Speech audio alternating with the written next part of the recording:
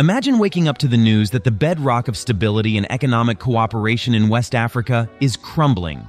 For decades, the Economic Community of West African States, or ECOWAS, has been a symbol of unity and progress in a region often beset by challenges. But recent events have thrown this regional powerhouse into turmoil, shaking its very foundations.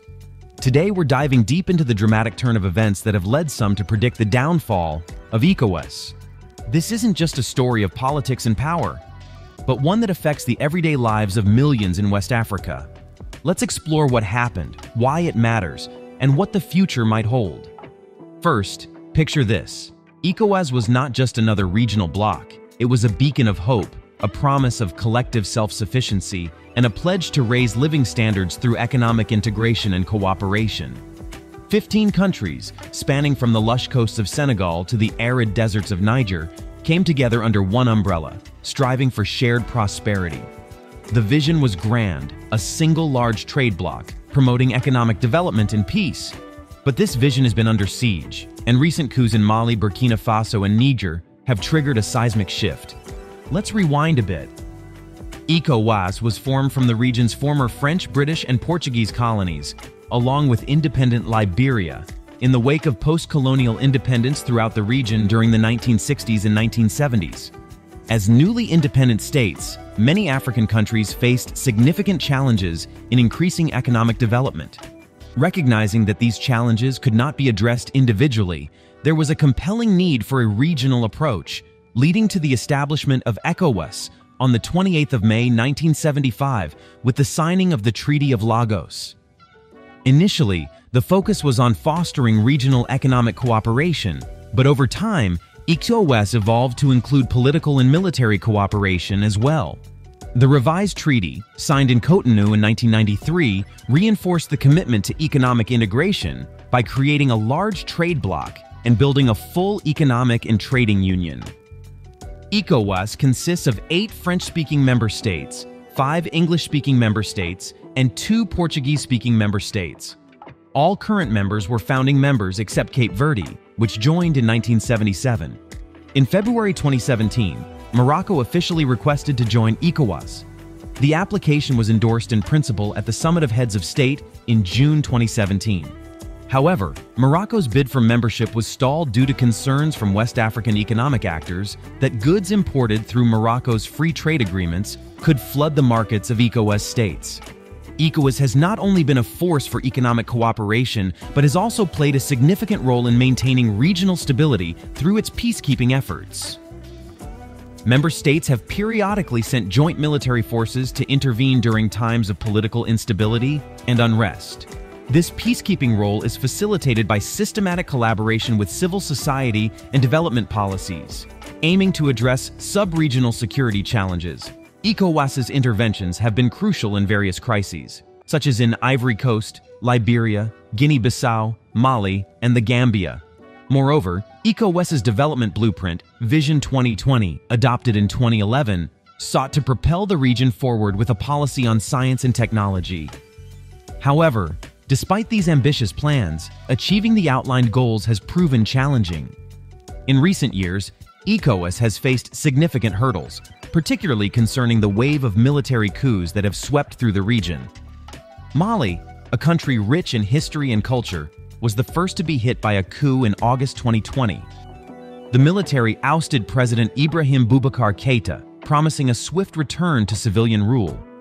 ECOWAS, in line with its principles, imposed economic sanctions, hoping to pressure the military into holding elections.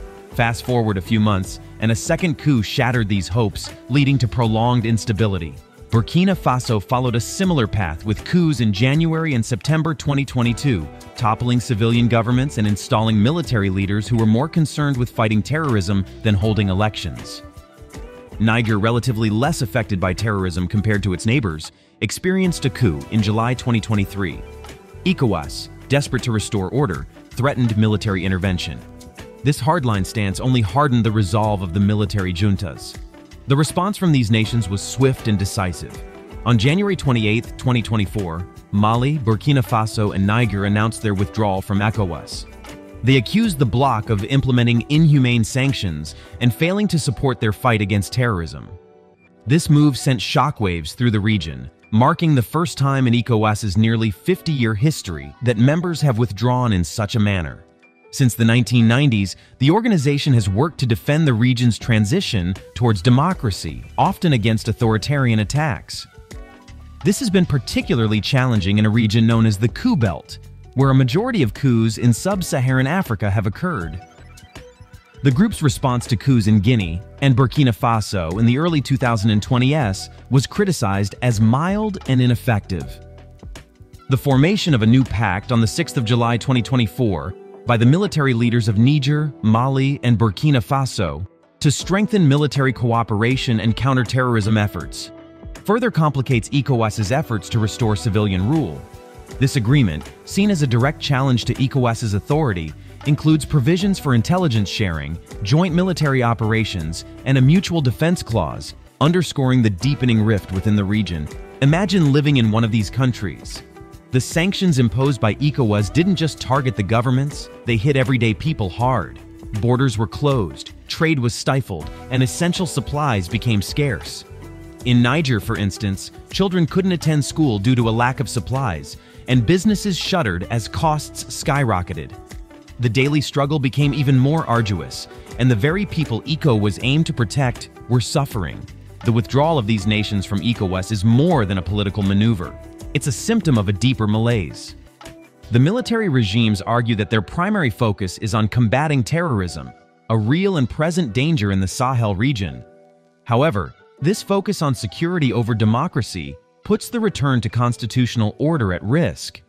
The situation is further complicated by the formation of the Alliance of Sahel States, a mutual defense pact between Mali, Burkina Faso, and Niger, aimed at countering external threats, including those from ECOWAS. This crisis highlights a fundamental question.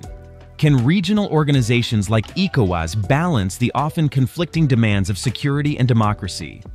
For years, ECOWAS has been seen as a model for regional cooperation, promoting human rights, economic integration, and peace.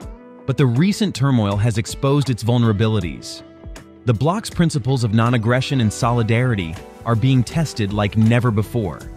It's essential to understand that this isn't just about political power plays. The fallout from these events affects real people in real ways. The sanctions, while intended to pressure governments, have also disrupted lives and livelihoods.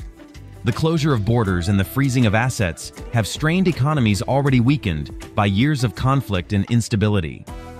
In Burkina Faso, for example, the prioritization of security has meant that elections have been indefinitely postponed, leaving the country in a prolonged state of uncertainty. So what does the future hold for ECOWAS and the region? The bloc has expressed its commitment to finding a negotiated solution, emphasizing that Mali, Burkina Faso, and Niger remain important members of the community. However, the road to reconciliation is fraught with challenges. Trust has been eroded, and the fundamental principles of ECOWAS have been called into question. In February 2024, ECOWAS made a significant move by lifting some sanctions against Niger, Mali, and Burkina Faso. This included reopening borders, unfreezing assets, and resuming commercial transactions. While political and targeted sanctions remained, this gesture was seen as a humanitarian response and an attempt to dissuade the three nations from leaving the bloc. But is this enough to heal the rift? Only time will tell. The implications for the freedom of movement and trade to the three landlocked nations, which rely on ports and their ECOWAS neighbors for imports and exports, remain uncertain. As we watch these events unfold, it's crucial to remember that behind the headlines are millions of individuals whose lives are being profoundly affected.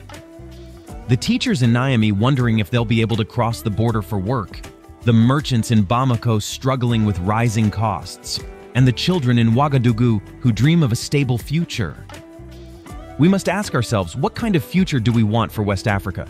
Can ECOWAS emerge stronger from this crisis, or is this the beginning of its end? The answers to these questions will shape the destiny of a region rich in potential, but beset by challenges. What do you think about the recent events in ECOWAS? How do you believe the bloc should respond to the crisis in Mali, Burkina Faso, and Niger? Share your thoughts in the comments below. And if you found this deep dive into ECOWAS's turmoil enlightening, don't forget to like, comment, and subscribe for more in-depth analyses on the stories that shape our world.